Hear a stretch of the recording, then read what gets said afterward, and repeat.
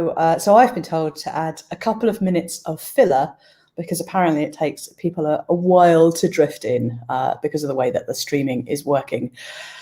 So hello, everybody. My name is Esther McCallum-Stewart. I am an Associate Professor of Games at Staffordshire University. And I'm just going to talk about this lecture for a couple of minutes as we get going. So I teach board games. I teach a lot of things to do with games, but I teach a year-long course about developing and making board games. And that's been super interesting during lockdown because obviously there's all these kind of issues around board games in that you do a lot of touching of them. So we've had to sort of evolve a way of both teaching board game design and board game development, and also obviously all our students are virtual. So the good news is that there are numerous versions of this lecture. This is for the students, there is an audio version. So if you want to listen to this, a slightly different version, I will make it available afterwards. There are notes on the slides, which won't allow me to add links. So there are a vast amount of reference slides at the end. And there's also some sort of description of basic games, because one of the things that this lecture does is we teach it, or I teach it very early in the course. And when I'm doing that, oopsie doopsie, let's move, there we go. So I teach it very early in the course, so it means it's a very sort of fundamental lecture, which means that when I was thinking about doing it today, I had a bit of a think. I thought, you know, do I want to revise it? Do I want to do something exciting and new, or shall I just teach what I usually teach? And I thought, actually, I quite like to teach what I usually teach because I'm really proud of it. I'm really proud of being a games lecturer. That's a really big deal to me, and being able to get students into an environment which is in boom is it's really important for me. Okay, so if you do, again, watch the other lecture, there's lots and lots of bits and pieces that you can follow. And as I say, I'll put this.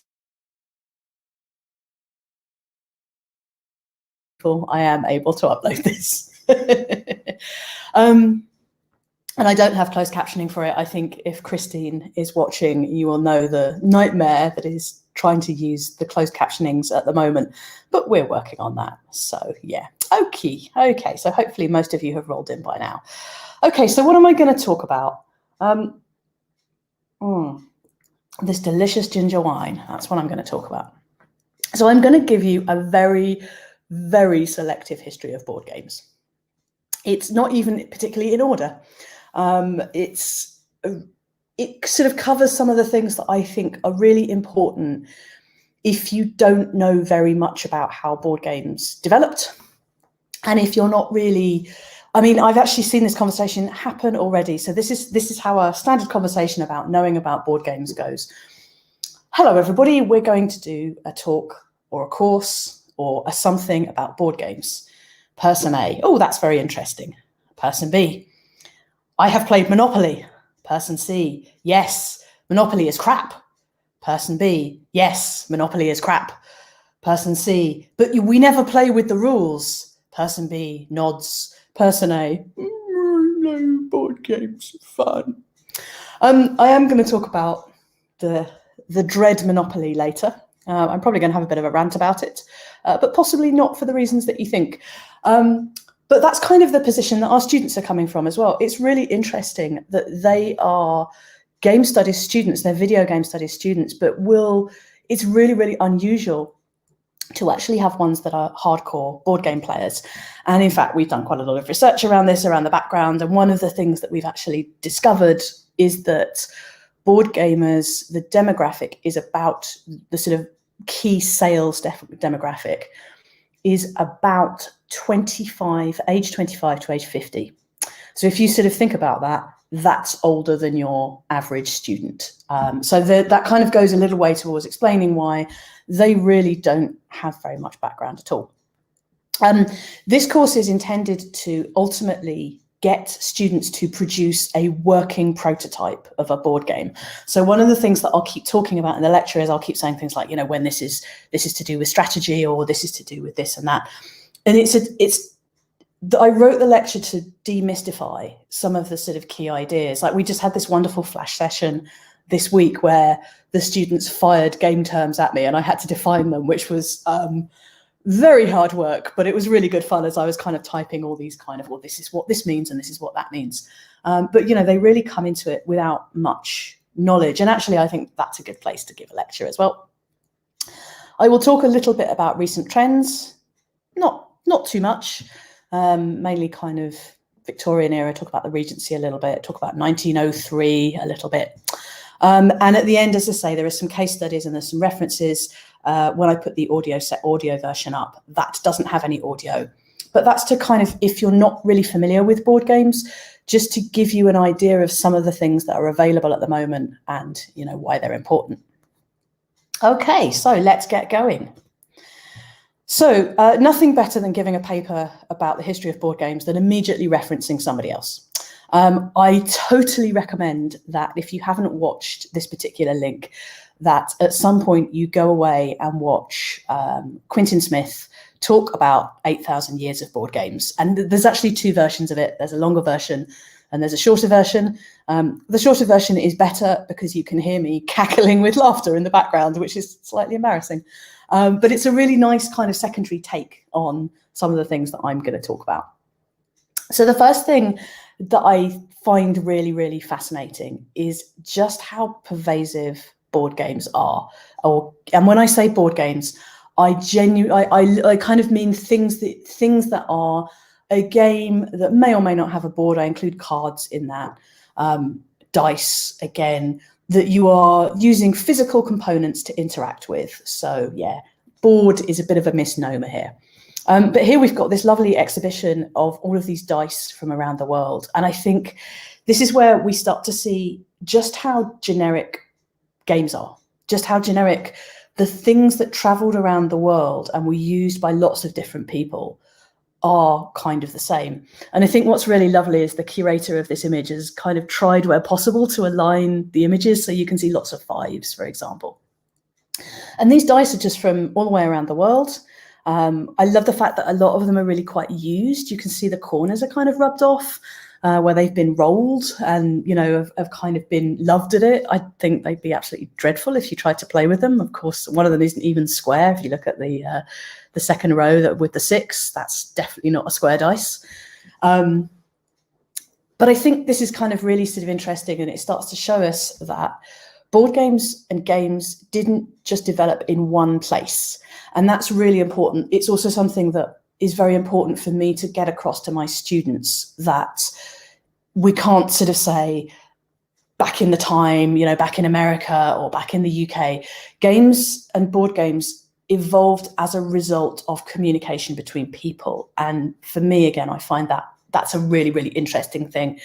We hear this about board games all the time. Games aren't social. That's bollocks. It really is.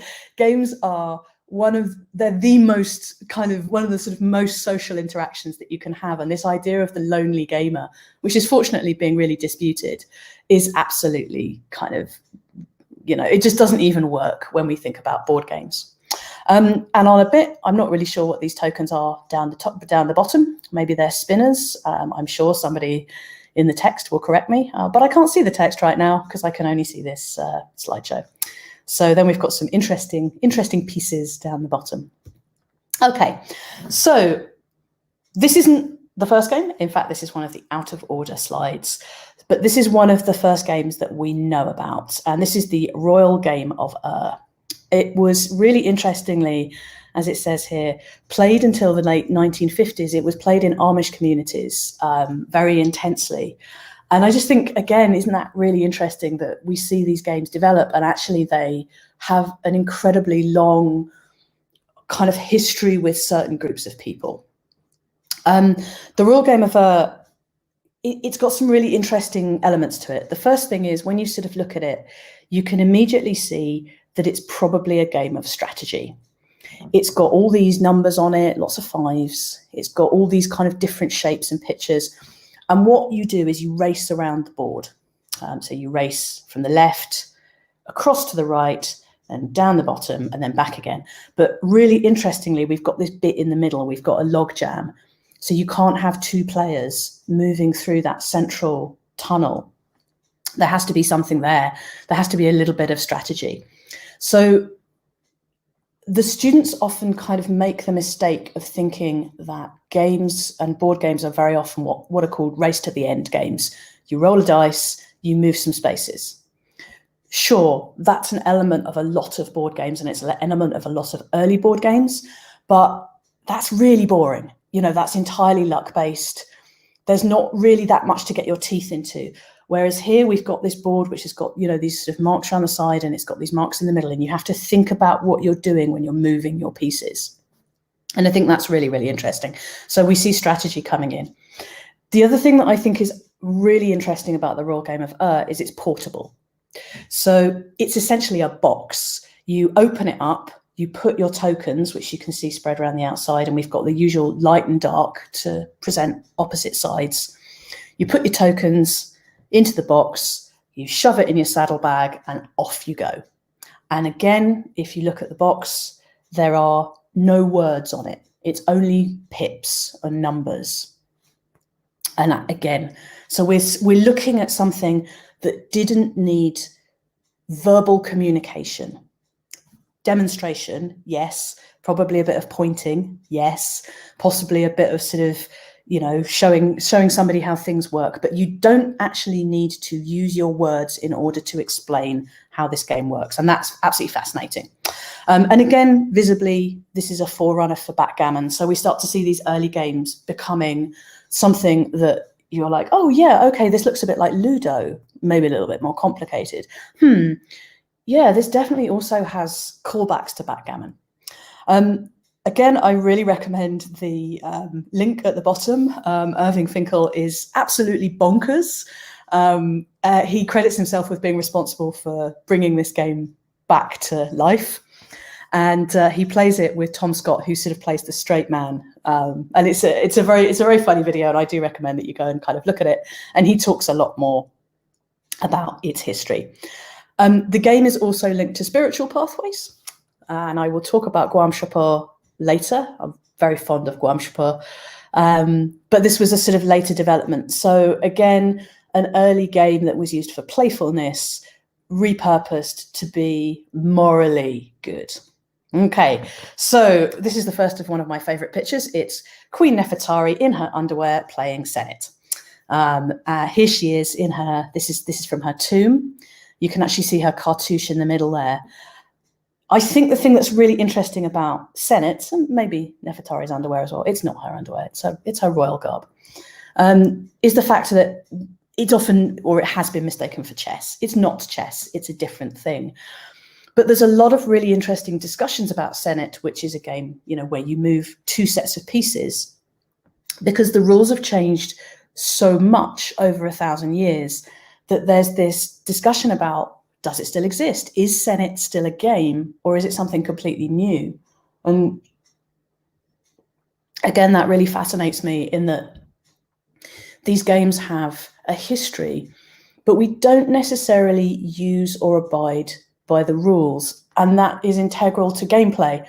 The whole idea of house rules, you know, becomes something different. Again, maybe you can't really explain to the other person how the pieces move, so you make do. Okay, so again, as with the Royal Game of the game's used as this symbol of power, right? Nefertari has chosen to have this in her tomb as a sign of control, as a sign of intelligence, and a sign that she's powerful. And it's very, again, she's playing it on her own. And I think there's, you know, that's quite interesting in itself. There are no gods in this picture. There's nobody overseeing her. She's doing it on her own. And again, a wonderful link. Was Senet the game of death? It wasn't the game of death. Spoilers, but a lovely kind of link there. This is a slide very much for the students. So I hope I'm not patronising you in talking about it, because I wanted to make the point again that games didn't have one point of origin. They evolve organically around the world, and Go is a really good kind of symbol of that. Again, you can see here from the board, it's a massive board, it's gigantic.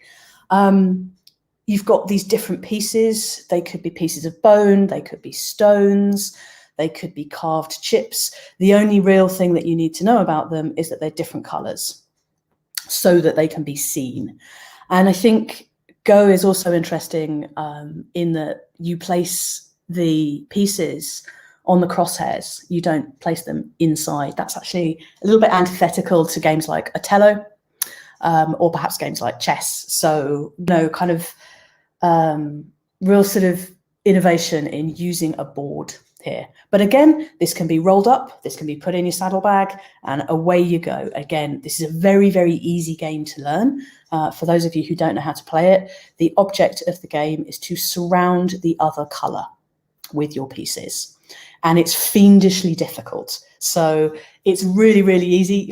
Almost, you place pieces one by one in turn, and off you go. Them's the rules.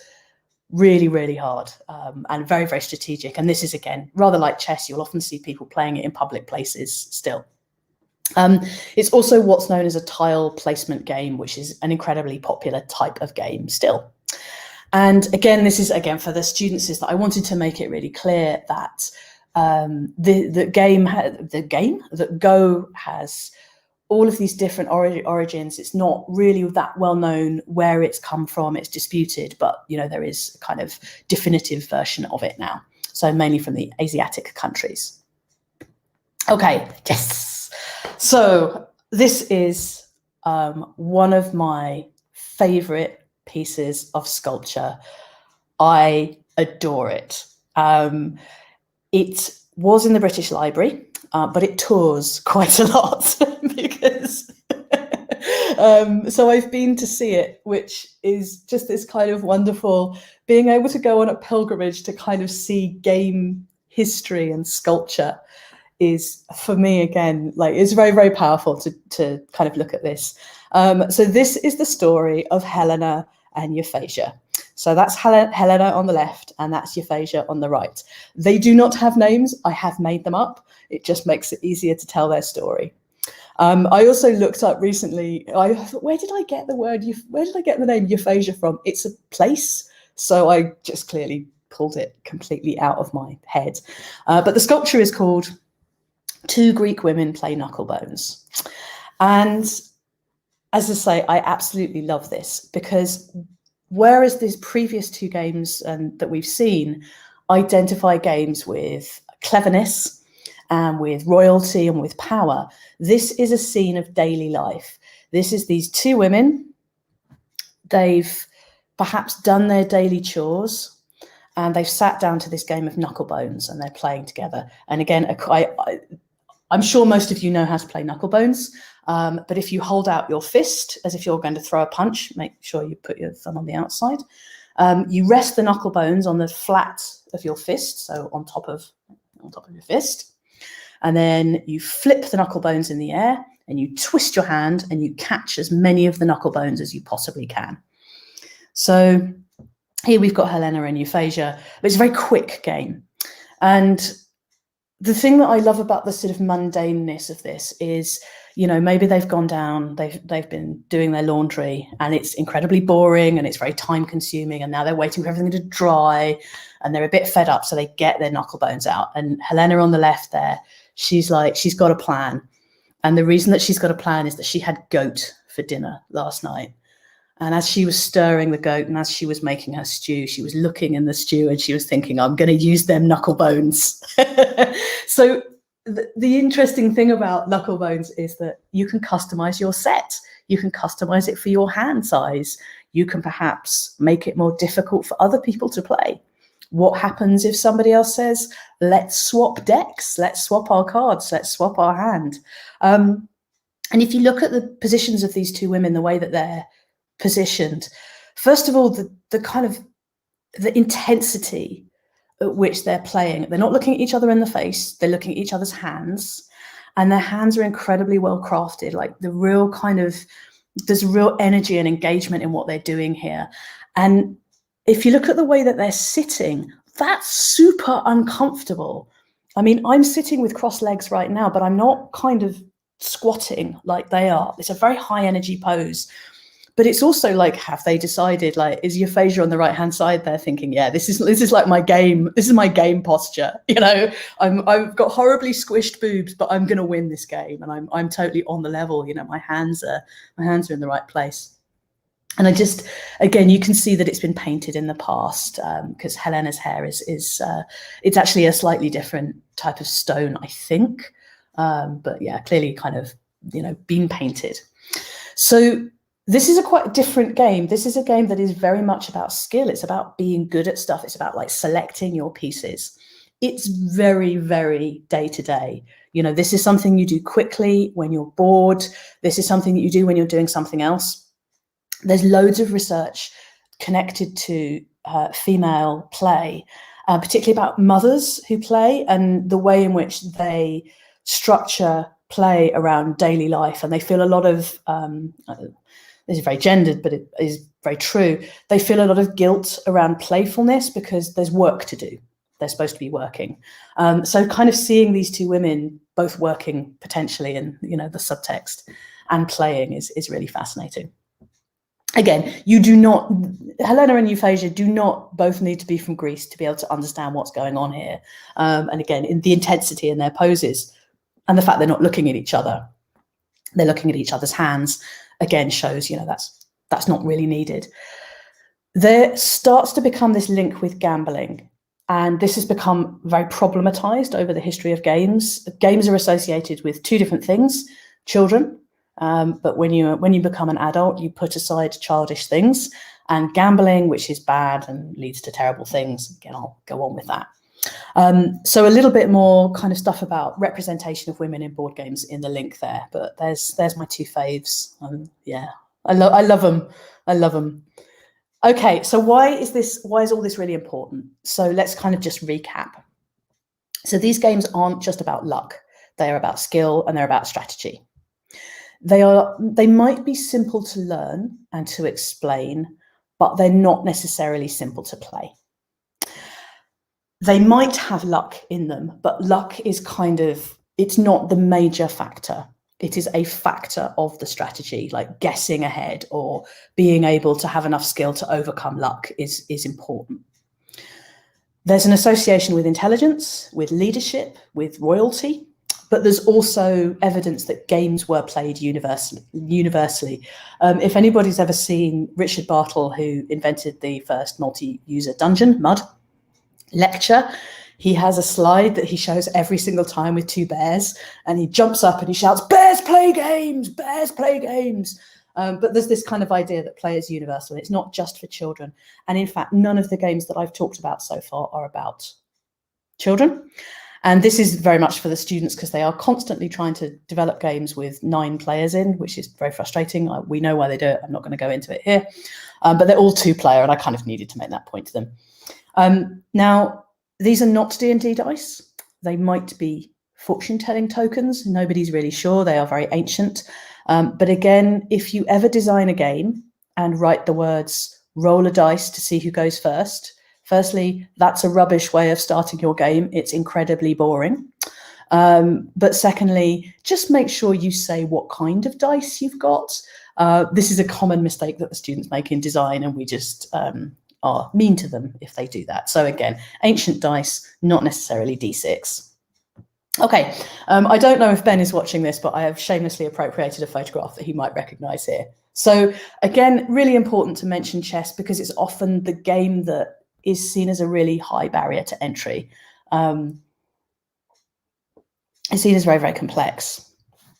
And it's seen as kind of something that you have to be very, very clever to play, or perhaps you played it in a school club. It's one that the students cite. They quite often say things like, I've heard this with science fiction as well, actually.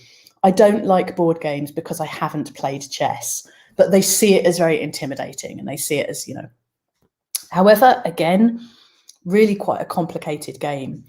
Multiple origins, so predominantly Persian, but it kind of appears all over the place. It appears on trade routes. So we start to see it developing in the same way that the royal game of has been found along the Silk Route. Then we also see chess appearing kind of all over the place, but very much tied to trade. It's an interesting game in that all information is known from the beginning. We know what the pieces do. We know how they move. We know that the board behaves in a certain way. There's one change which is that the pawns do a slightly different thing, and there are odd house rules. So, for example, you can, I think it's called castling your king. I'm not a big chess player. Apologies if that was a real howler, where you kind of bank it into the corner. But again, it's seen as really symbolic of learning and intelligence. It is not a game of luck. There is no luck. Luck is not a factor, as they say in the Abyss. It's highly strategic. It has kind of simple rules. Having sort of spoken to the students a little bit about this and looked at more recent board games, I'm not convinced they are simple, actually. But interestingly, we're starting to see evolution on the board itself, with these pieces having different abilities and different strengths. You know, they move in different ways. There's a real sort of flow to chess. But what I really love about this photograph is the engagement that you can see. So you can see this, I'm assuming she's a teacher at the front who's teaching these kids to play games. And the three children who are sitting down, that little laddo sitting next or standing, I think, the look of sort of cunning and excitement in his face, I just think is just wonderful. And the two other people on the other side, they're looking very carefully at their teacher, who is really focused on that opening move there. And all the other kids, they're all craning over to see what's going on. There's the little girl with the glasses on. She's got this massive grin on her face. But there's a real sense of real intensity in that photograph, with, you know, really quite small children playing this game. And I think it's a great photo.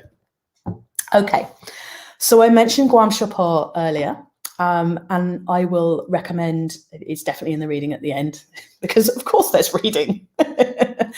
I will recommend a chapter by a scholar called Suvik Mukherjee, who first brought this to my attention. He wrote a chapter for a book that I edited, kind of about games. And this is Guam Shapur. Looking at it, it may look quite familiar, because it has some snakes on a board and it has some poles that you fall down. So this is the game-ish, it's not really a game, that became Snakes and Ladders. But Guam Shapur is quite a different beastie. If you look at this beautiful, beautiful board, one of the first things that you might notice is, after the snakes and the poles, or whatever they are, is that the board's got legs and arms. So it's actually a body. And then up above, we've got these, you know, pumpkins or lights or something falling from the heavens. And maybe there's some people on the right and the left. And then there's some sort of decoration around the outside. And that is the celestial heavens. And Guam Shapur is, you do roll dice and you do move up and down the board. But if you look very closely at those squares, you can see that there's writing all over them. And each place on the board, each spot on the board, has a kind of instructional little piece of Sanskrit. And the idea of Guam Shapur is that it teaches people the path to enlightenment. So if you are good, you will land on places that will send you upwards. But if you are bad, you will land on places where the lesson will tell you you've fallen back down again. So Guam Shapur is a really good example of a game, or a sort of an evolution of board games, where they started to become about morality, much more about ways of behavior, ways of teaching, because this is, again, very simple. It's a parchment, you roll it up, you take it to the people that you wish to teach, lots and lots of symbolism, lots of imagery that they'd recognize, and you show them how to do it. And again, if they're able to read, they can read. But if not, again, there's pretty obvious sort of instruction going on here of kind of falling down and growing up virtually as a body. So here we've got another set which doesn't actually have a body on it, but again, it's got the wise people up the top in the heavens. Again, lots of flags in that particular heaven. So Guam Shapur is entirely luck-based. You roll a dice, you land on a square, you go up, you go down. So it uses elements of games, but is it a game? Well, it's got rules, it's got a win condition, and it's got kind of criteria of how to get there. So it falls under the Salen and Zimmerman definition of what a game is. It's just not very good fun. But having said that, if I was giving this lecture with my colleague who is fortunately in my support bubble and is able to work with me 3 days a week, she would say this, because she has a small son aged 6 and he plays Snakes and Ladders quite a lot. And the reason that she thinks it's still used as a kind of play text is that it's taught him how to stick with rules. It's taught him that the playing field is equal. So if he's playing against grandpa, there is an equal chance that he or grandpa will win because it's entirely luck-based, or grandma, you know, grandparents. If they cheat, he'll know. If he cheats, he'll know. And so it's a really good way of kind of teaching this very sort of basic structure. And yeah, as I said, she said the other thing is that he can play it on his own. So he can sit there and roll dice and go up and down and you know, move ladders on his own quite a lot. And we've actually been kind of sourcing games for the holiday period, because I'm going to be going and hopefully spending the festive season over there. And we've been actually looking at things like Pass the Pig, Go Nuts for Donuts is a game, again, a very obscure game, but games that he can actually play on his own when he's, you know, when we've stopped being able to sort of entertain small child. I didn't realize that there is an unnatural position, it's called, for the piggies, which we think are a little bit too small for him, which is the piggies humping. That's not an unnatural position. Pigs are allowed to do that. So anyway, okay, right. One of the good things about you folk is I do not need to explain to you what Puritanism is, but this is something that, again, some of the students won't have come across. So during the Puritan era, and I should point out that this isn't just restricted to Christian religions, the link between gambling and games as a source of degenerate behavior started to become very problematic. And as I say, this isn't the only religion where this has happened. This is just the example that I'm using. Games were seen as too much fun. People were playing rather than working in the fields or doing what they were supposed to do. And more importantly, if they weren't working hard and too tired to do anything, they might be using their mouth words and talking to each other. Games are often to do with communication and discussion. And I think that that's probably one of the reasons that there have been efforts to sort of, as I say that they're for children and therefore not suitable for adult play. But there's a long history of them being seen as subversive. I should point out, before I go on to this really lovely coloured woodcut, that the attempts to ban them in the 17th century were completely unsuccessful. First of all, that it was linked to sports, and that was also a time where legally people had to go and do the sports. They had to go and do archery, as I'm sure many of you know. But actually, there was a lot of encouragement to actually do things that brought groups of people together. Football was evolving as a sport at this point, didn't have the rules that it does now, but yeah. So here we've got this wonderful coloured woodcut. And one of the things that I love about my students on this is that they always start giving me all these crazy interpretations of what they think is going on in the picture. But fairly simply, we can see all these people at May. So they're all dancing around the front. They're all holding hands. They're being licentious. You can see the couple on the right-hand side. They're looking at each other. They're gazing with lust. My students have suggested that the goats, we've got more goats on the right-hand side, are symbols of the devil. I'm not sure that's the case, but it's kind of nice to think. But then central to this, we have a travelling cart, and on the cart is the symbol of 4 dice. So central to this dreadful maying, this awful behaviour, is gambling and is using dice and playfulness. And I think you can see, however, it's okay. Salvation is at hand, because off in the fields, we've got these very much bigger figures. We've got these farmers, they're doing the right thing. They are talking worthy thoughts whilst they tend their herds. And looking over them are Adam and Eve from the heavens. Interestingly, again, Adam and Eve are naked. They're in their natural state, unlike these dreadful people down the bottom who are dressed in all these sort of frivolous clothing and so on and so forth.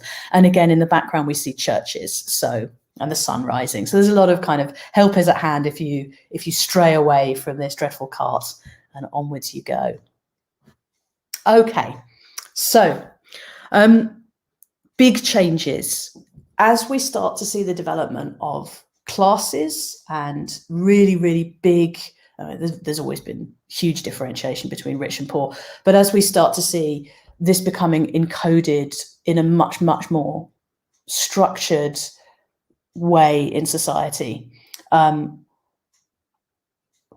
we also see a sort of changing pattern in the way that games and board games are used.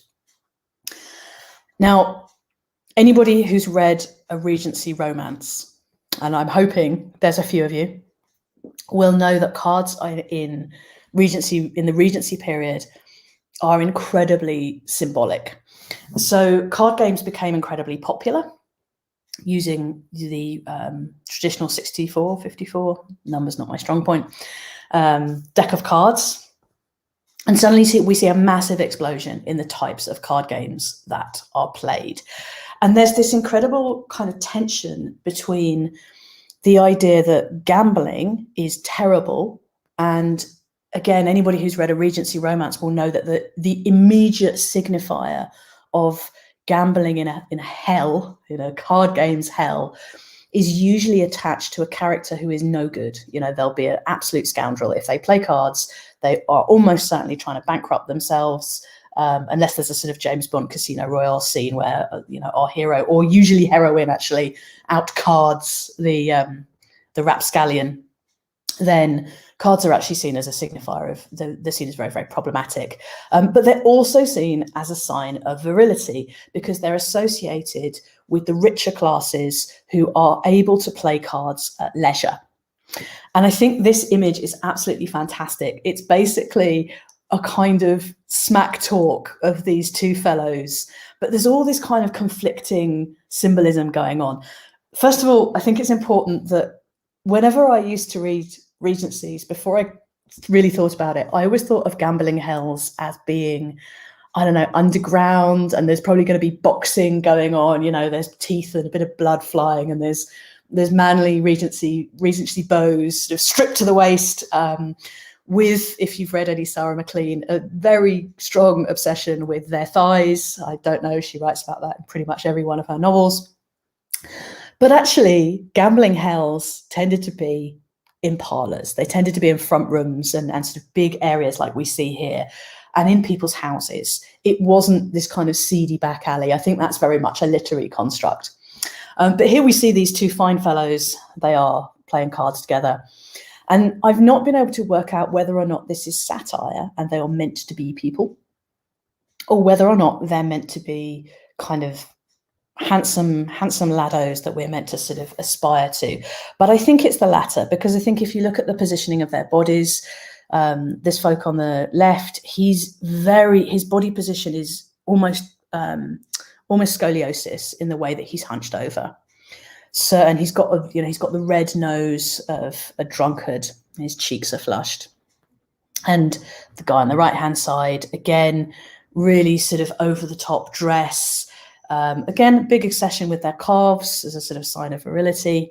And interestingly, and I don't know the origins of this image, so if anybody wants to talk to me about it, I'd be delighted. The image on the left appears to show a gentleman who is wearing a dress. It doesn't seem to be armor. There's this sort of cutaway chest that suggests female garb, and they've definitely got a moustache. So I'm not quite sure what's going on there, and I'm not sure again whether that's a sign of decadence or whether it's actually meant to be somebody. But yeah, kind of interesting backdrop there. And do follow the link at the bottom, because this talks about every single reference to card games in Jane Austen novels. And there are some really kind of interesting things that happen. So, for example, in Pride and Prejudice, no spoilers, a little bit of a spoiler. The key baddie, one of the big signifiers, again, quite early on, is that he likes to gamble at cards. And in fact, towards the end of the novel, we discover that he's gambled away any money that he had, and he didn't really have very much anyway. There's also a point during the first dance where Lizzie is asked if she would like to play cards, and she says she does not play cards. And there's kind of interesting interpretations on that. Is it, again, the sort of early depiction of Lizzie as somebody who makes snap decisions and isn't necessarily making the right decisions and is perhaps not as social as she should be? Or is it, again, a callback to the idea of degeneracy being associated with cards, and actually she's kind of doing proper things? And again, there are card games that are played throughout the books where people use them to snub people, or they use them to socially engage with people. They will ask people to play and they'll say no. And there's all sorts of subtext, and it's really, really fascinating. Also references to different types of cards. There's also a reference to fossils, but that's a different thing. Okay, so last couple of slides. In the Victorian era, we see, again, a really big change. And this, again, I just find this really interesting. So what have parlour games got to do with board games? Well, actually quite a lot, because physical games are starting to become really popular. And we see them in things like, again, Funky Chicken, even kind of things like Bananagrams are very sort of movement orientated. Galaxy Trucker, where you're kind of grabbing pieces. And in the Victorian era, there is a big split. So the industrial age has happened, and children and adults in general have lengthening working hours. So the working classes do not spend very much time playing board games. They have better things to do, like sleep. Having said that, you can't really stop children running around. So there's a big explosion in toys over this age. And I don't want to talk about the history of toys, but it is equally fascinating and really sort of interesting in the ways that physicality and moral changes are encoded into children's toys. However, in that, we actually see quite a lot of games that have kind of been passed down. So things like Cat's Cradle, obviously you just need a piece of string. Hopscotch, you just need a piece of coal or maybe a piece of chalk to write on the ground. Ball and hoop, you had to be quite wealthy to have a ball and hoop. And to be honest, it's not ball and hoop, stick and hoop. It's really boring. And, credit children with being sort of more interested than that. But board games and parlour games become very, very popular for the wealthy. This is the point at which holidays start to become part of working practice. So the holy days, people are able to take time off. And in particular, the wealthy classes start to celebrate Christmas in Christian countries, in America and in the UK and around Europe. And interestingly, some of the parlour games that they start to play are astonishingly dangerous. My favourite one involves some apples, a nailed together piece of wood, and some candles. So what you do is you nail an equal ends cross. So I don't mean a Christian cross, I mean one that's just two pieces with equal length on either side. You put candles on the top, you put a piece of string in the middle, and you hang apples from underneath. So this is a kind of reverse apple bobbing. So somebody perhaps stands on a table and they hold this dread contraption out, and they light the candles, and the object of the game is to remove the apples without becoming horribly burned. But you can see from that this is not a game that the working classes would want to play. Horribly burning yourselves for shits and giggles, not great. Even just a little bit. This is a point at which health is, again, really kind of class-based. So super problematic, unless you really think that that's a good thing to be doing. But again, a lot of the other games, a lot of parlour games also involve props. So, for example, you'd hang up a big sheet, and then people would perform shadow charades behind them. So they'd use things from around the house and dress up as perhaps classical scenes or figures from history, and everybody else in the room would have to guess who they were, and you backlight it so you could see their shadow. Again, that requires you to have a number of objects in the house that aren't just utilitarian, that you could perhaps get a little bit messy or a little bit dirty without having to kind of worry about. So big change there. Okay, let's go. This is the landlord game. You may recognize it because it's Monopoly. So this is Monopoly. It was developed in 1903 by Elizabeth Magie, and in 1937 it was stolen by Charles Darrow, who sold it to Hasbro. Now, I said right at the beginning that I get very frustrated with people who rag on Monopoly. Elizabeth Magie designed this game to be a critique of capitalism. It is not meant to be fun to play. It is also over 100 years old. And again, if you look at it here, I mean, Goat Alley, we've got goats all the way through. The street names are different here. Some of the aspects are different. But she refined it post this, and it was known as the Monopoly game because when it was first circulated, it wasn't circulated with any rules. This might sound familiar to people who are like, oh, well, we never play with the real rules. That's because there aren't any. It didn't have rules. Those were, again, repurposed because Charles Darrow, when he asked, so he went and played it at a friend's house. He played the Monopoly game. He realized that he could sell it for money. So he asked his friend where the rules were, and his friend said, what rules? At which point he then he contacted Elizabeth Magie. He asked if he could have the rules. She said, sure you can, because she thought he was just, playing it normally. And he took those and as I say, he sold them to Hasbro. I think, the main takeaway from this is, again, it's another moral game. It's Guam Chopard, right? It's not about having fun going around this board. And I think when people criticize Monopoly, I think I don't want to be sort of super rude and say, well, you're all ignorant, but it's also a sort of, I don't think people realize how old it is. And also I think, it's a little bit of a sort of, well, I don't play games because I don't like Monopoly, but I think this is fascinating that actually a game that was written to be specifically anti-capitalist and was sort of to talk about the evils of landlords has become such a worldwide phenomenon.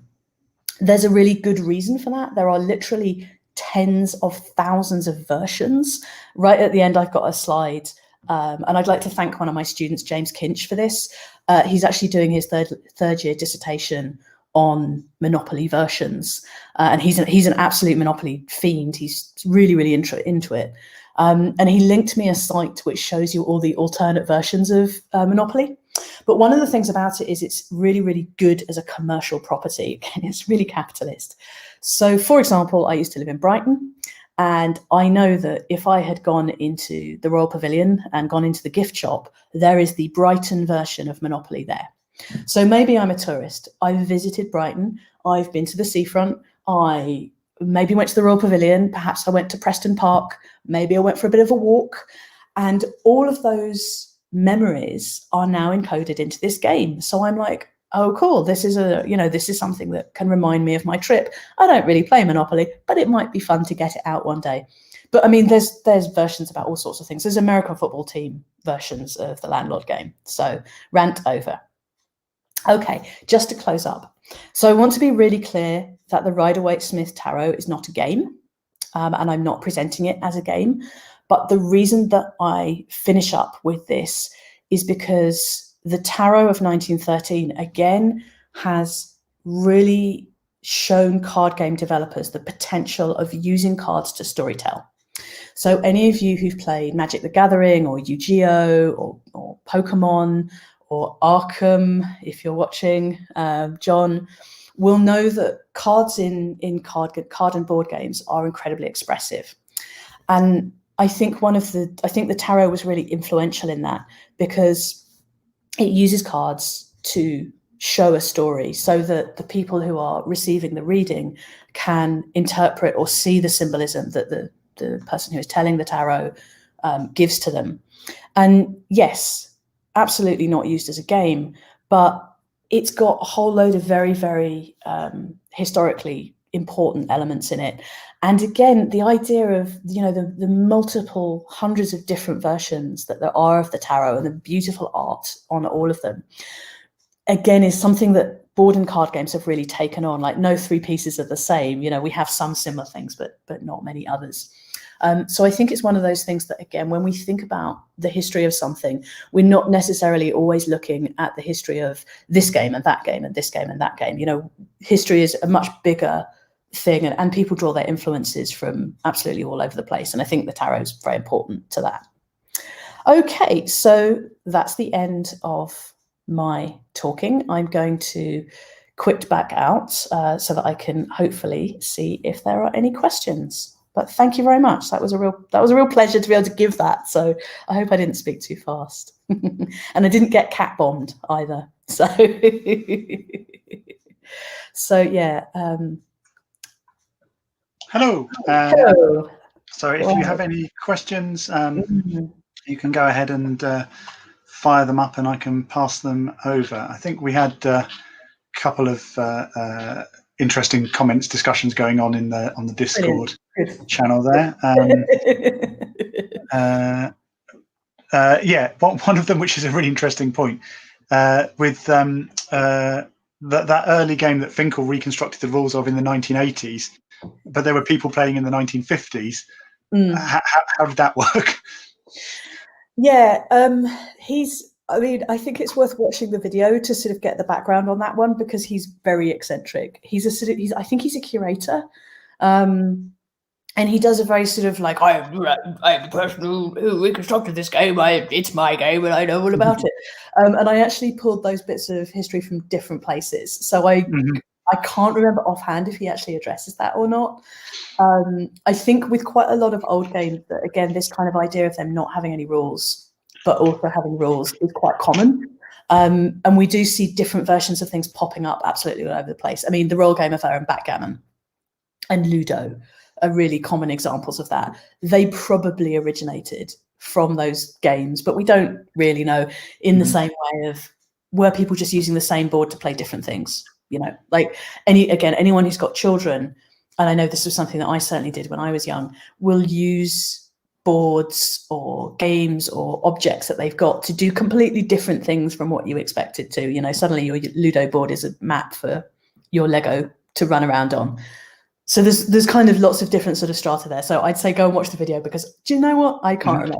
Yes, that was a key thing. Can we, if not have the slide deck, at least have the links from it into the Discord, so people can, I will put the link up, which I will link to my Google folder, because it's got the audio version, which is the one that I give the students. Yeah. So I think that's the one that I don't say F or bugger, but I don't think I said F or bugger either on that one either. But yeah, I don't think I was as mean about Monopoly. I have to be nice to them, and I think it was probably a longer explanation of what Puritanism is. So Nick asks about the origin of collaborative games. Yes. Okay. So the first collaborative game in sort of recent years was Scotland Yard. Probably the most famous one is Pandemic. I've got a whole lecture on Pandemic if people want to learn about that one, and I can talk about that for ages. But again, I think it's a bit of an organic thing, because actually, if you think about, again, adults helping children play games, or people kind of talking about what turns they're going to take, you can again see how that probably sort of started to roll into it. The idea of playing against the board is an interesting dynamic. So solving, I mean, in some ways Cluedo is collaborative as well, although obviously you're the individual person that has to guess, but you're playing against the game a little bit more than you're playing against each other. So yeah, disputed origins, but Scotland Yard's thought to be the first one. And yeah, I know I can't remember the date. I'm dyscalculic, so dates are a little bit beyond me, off the fly. But yeah. What other questions do we have on here?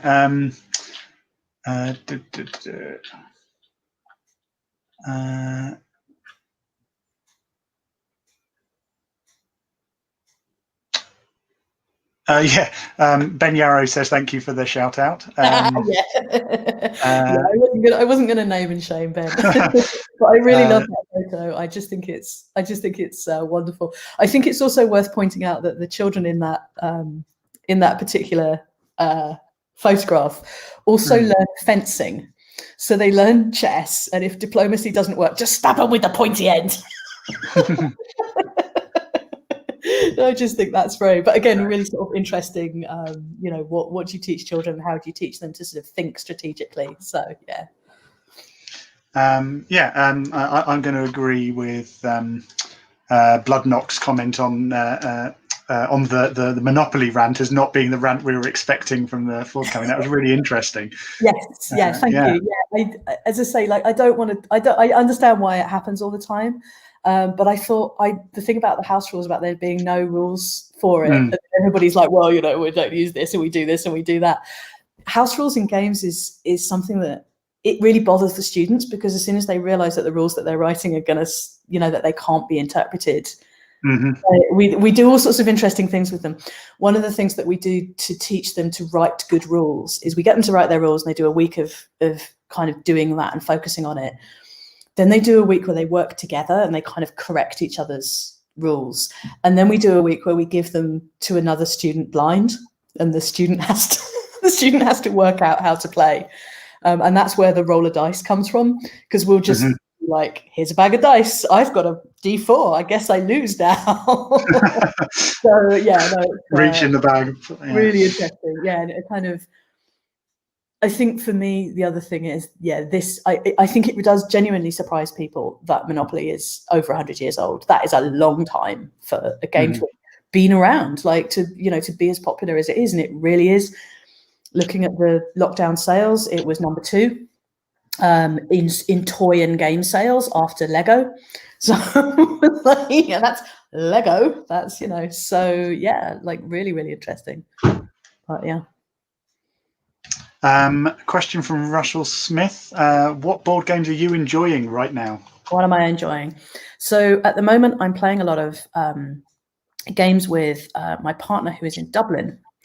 So I've been playing a lot of collaborative 2-player games that you can play over Zoom or just using voice.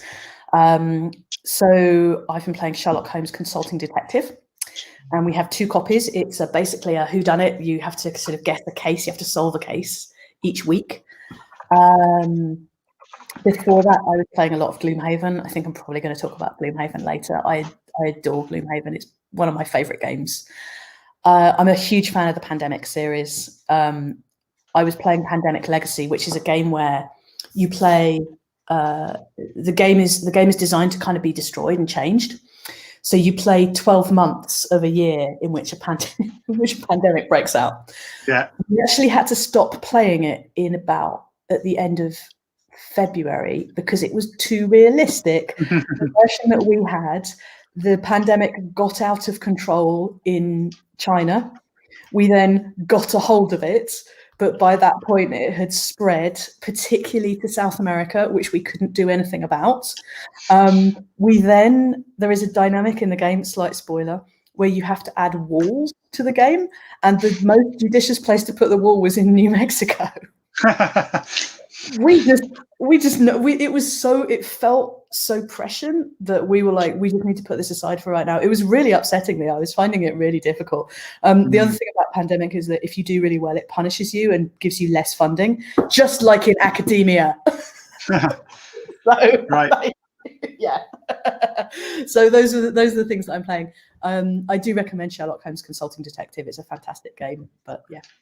I think at this point then we'll have to wrap up. There's some more questions popping up in the Discord if you want to pop over there and carry on the discussion. But I just want to say thank you very much. That was a fantastic lecture. We all enjoyed it a lot. I hope you enjoyed it. So yeah. Bye. Bye.